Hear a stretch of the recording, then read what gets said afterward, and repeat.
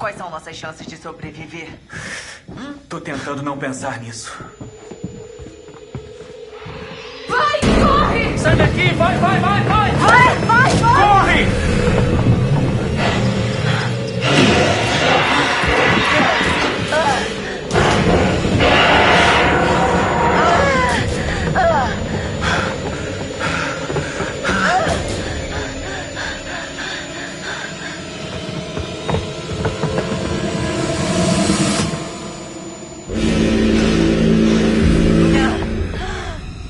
Não se mexe.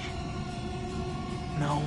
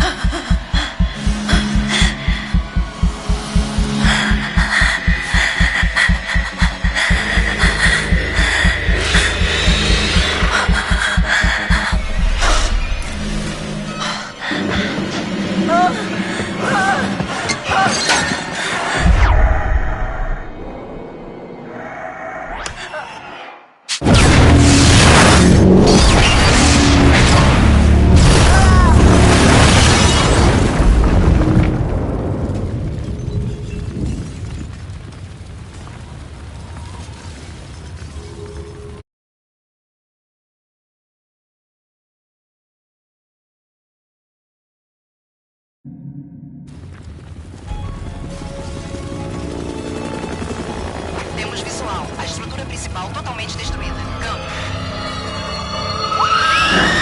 Espera, eu estou vendo alguma coisa. Parece que há sobreviventes. Hora do resgate.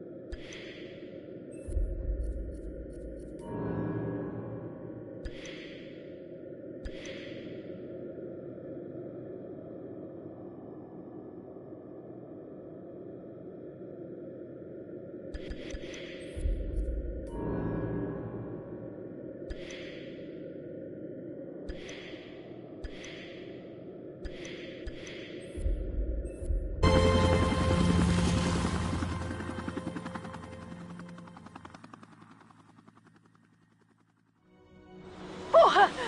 Não!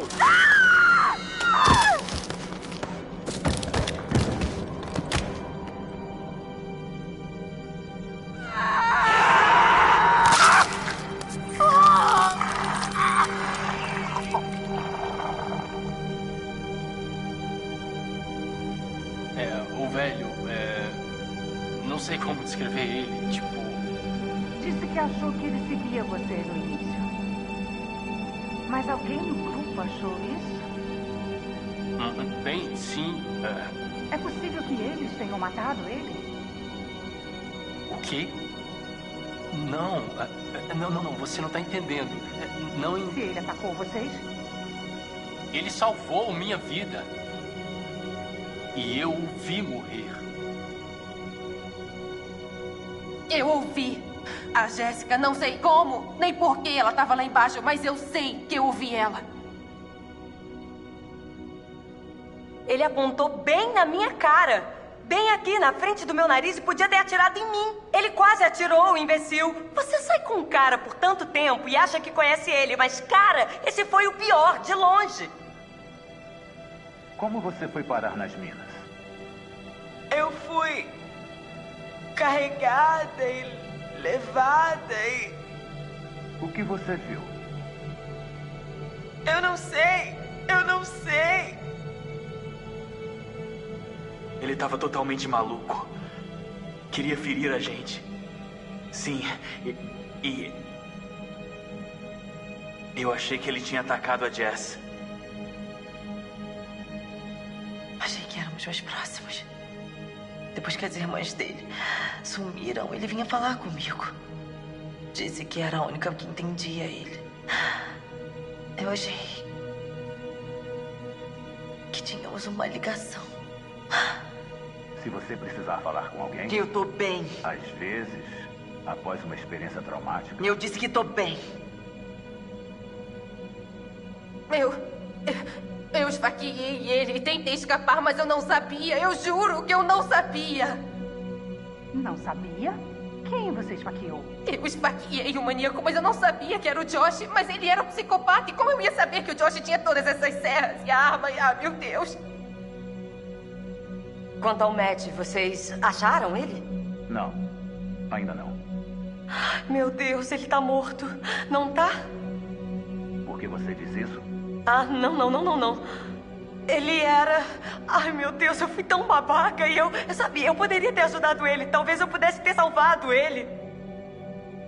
Sua amiga Ashley, ela disse que tentou te ajudar.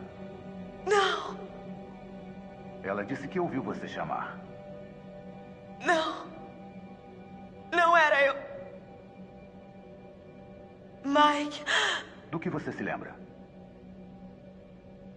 ele veio me buscar. Ele veio. Foi te buscar?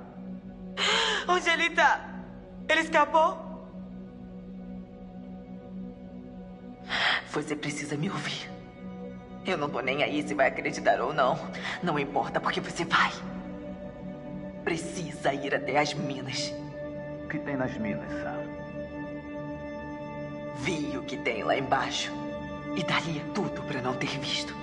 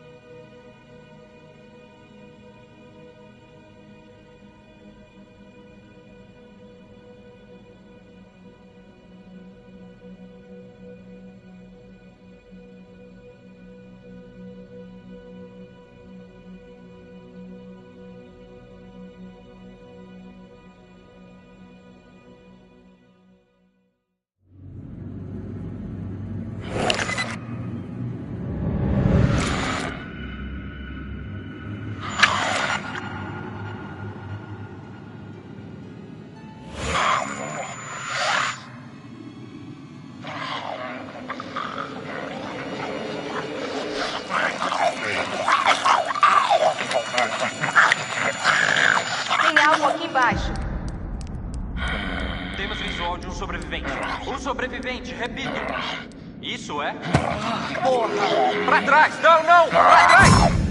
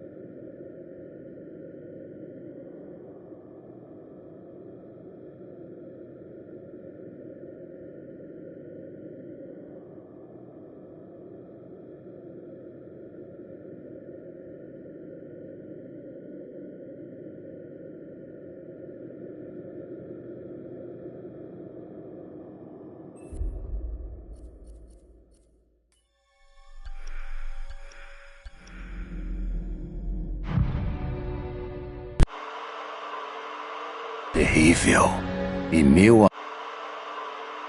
derrotá-lo. Um tempo depois, os mineiros vieram para minerar a montanha, até que um desabamento prendeu os homens e acordou a maldição. E foram levados à loucura. Assassinos, canibais. Provocá-lo com fogo.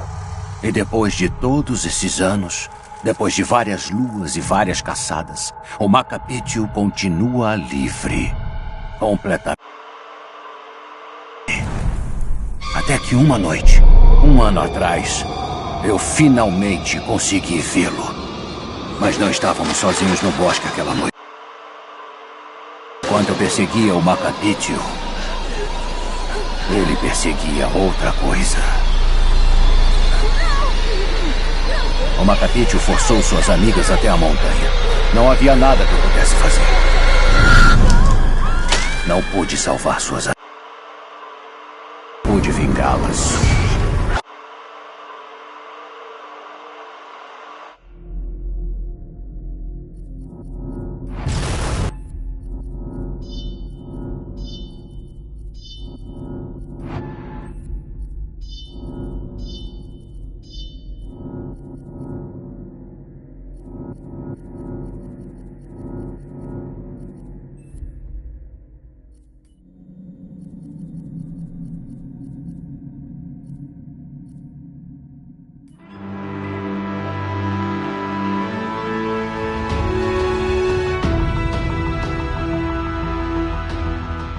Until Dawn has a dynamic, ever-changing story, the facial performances and the body performances are recorded separately, with different systems.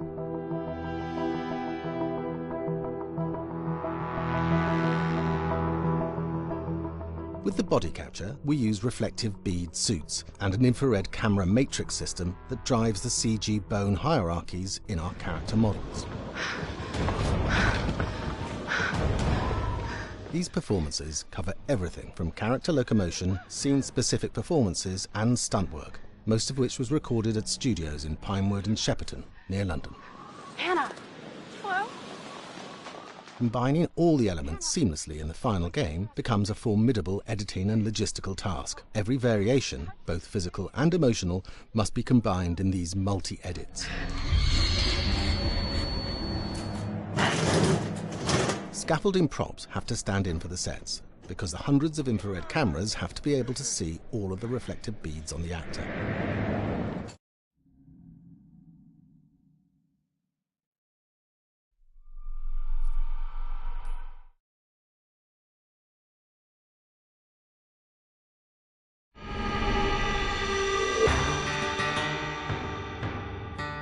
America's North Woods border region.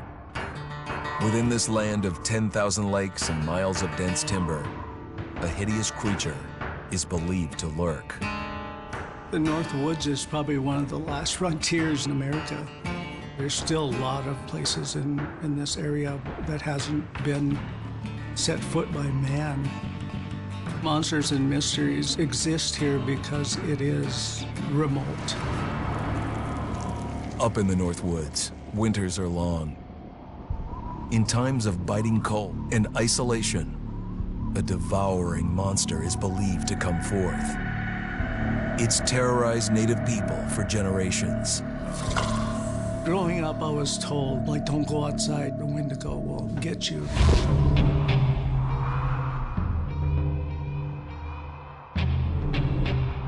Among the traditions of the northern Algonquin tribes is the Wendigo, a monster that can seize hold of a person to carry out its hunger for human flesh. Many Native Americans fear even talking about this Wendigo, and even the mention of the name will let the Wendigo find out where you are, and it will open you up to be possessed by this Wendigo. The most famous case of a Wendigo possession took place in 1879. In the deep woods outside of Edmonton, Alberta. Swift Runner, a Cree Indian, was a trapper and a guide. He had left town the previous autumn with his wife, 6 children, and his mother. But when Swift Runner returned in spring, he was alone. Swift Runner came into a nearby village telling this heartbreaking tale. I had to watch them starve to death. Of his family being killed by starvation, and that he was the only survivor. My whole family gone. It wasn't hard to understand a family falling victim to a brutal winter. To even not. Yet something was suspicious about Swift Runner. He was a strapping man, and he came into town weighing over 200 pounds. It didn't look like somebody who had just weathered a terrible winter. He wasn't malnourished, didn't look like he was starving. He looked healthier than ever. After a few nights, it became clear that something was wrong. He started having night terrors, screaming in his sleep. I am the Wendigo! Villagers alerted the police. Swift Runner actually guided them back to his winter cabin. When they got there, that's when they saw the true horror.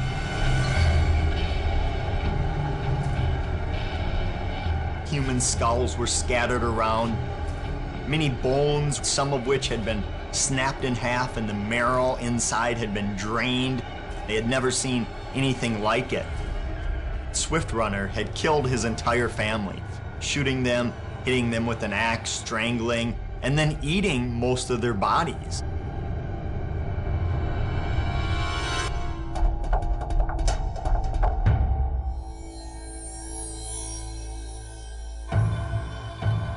Right up until the moment the noose was on his neck, Swift Runner swore the evil spirit of the Wendigo had possessed him and twisted him into a cannibal killer.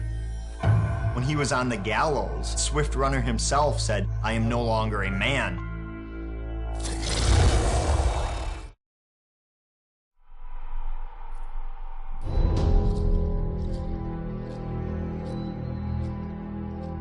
Just move over there. Go on, move. Let me say what I came to say. I'm here to tell you what you're up against being back on this mountain. You should never have returned. I don't know why you did after what happened last year. You mean with Hannah and Beth? Yeah, how could you know without being involved? I don't take kindly to you kids coming up here to my mountain. Your mountain. The mountain don't belong to me, it's true. But it don't belong to the Washingtons. This mountain belongs to the Wendigo. Hi, this is Lee Robinson, production designer at Supermassive Games. Understanding the ancient myths of the Wendigo was key for their development that helped the visual look.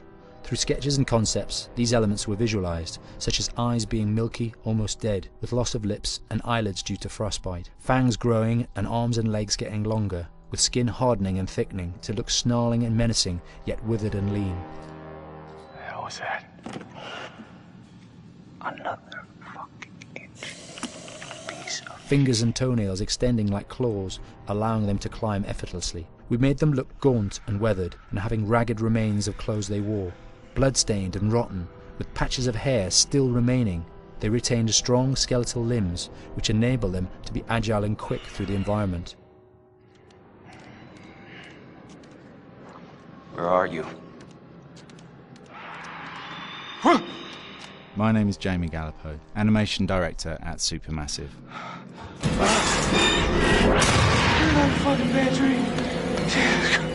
The overall direction on the creature was to be very strong, to be extremely fast. We wanted a spider-like movement to the creature. 1 minute scampering to leaping and then crawling, almost instantaneous.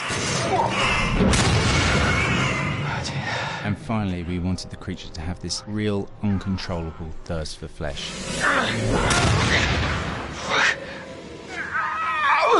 From a sound design perspective, the Wendigo was a real challenge. For the main vocalisations of the Wendigo, we used our own vocalisations, various different animals from the exotic to the farmyard, various plugins and processes to gel these sounds together and keep a human resonance behind that voice, telling the backstory of the Wendigo.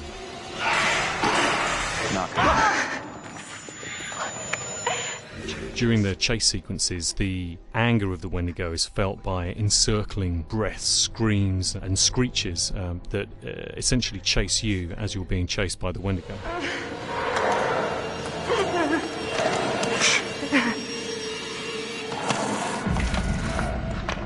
would layer them up in a multitude of layers, sometimes 15, 20 sounds playing at the same time, to build up the vocalizations for this fearsome creature which is always in attack mode, hyperactive, and chasing you throughout the game.